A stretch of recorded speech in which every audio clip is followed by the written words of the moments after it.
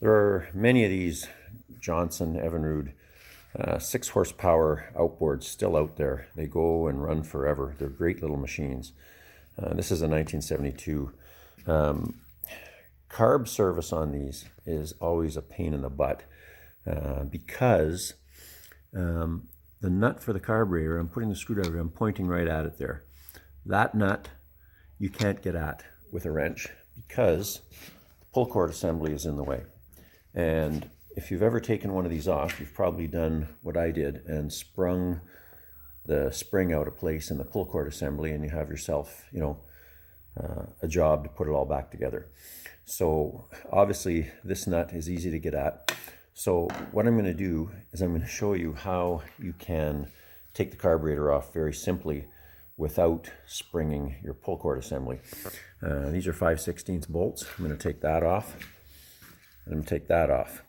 And then this is going to lift off the top, unlock it from this pin, and I can tilt. After that, I can tilt the pull cord assembly forward at an angle, which gives me room to remove the throttle linkage here. There's one screw and a washer behind it.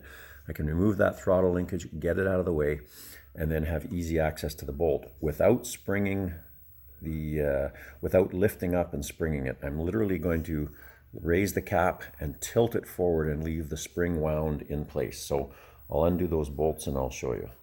Now you can see I have lifted it up a tiny bit, removed the cap, and this cap sits on this pin. It goes into a hole in here. So you have to lift it up a little bit, and then you have to lift the entire body, just maybe a 1/4 inch, and it will lean forward.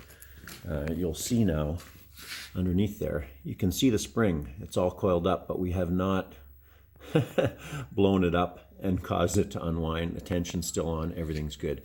And you can see how the base of that fits into the ring below. So also now, if you look, we have a clear view of the bolt. To take the carburetor off, that screw above the bolt, directly above it, that big flathead screw, you can take out, and that plastic linkage will then swing out of the way. There's a little washer in the back. Be careful you don't lose the washer. And then I use some sealant on the back of that. When I put that back together, I take sealant. You can actually see a little bit of gray gasket maker.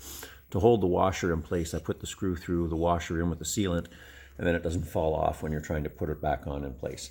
But now, very easy to take these 2 bolts out, and obviously you take your mixture control out, disconnect your choke and your fuel line, and the carburetor pops right off.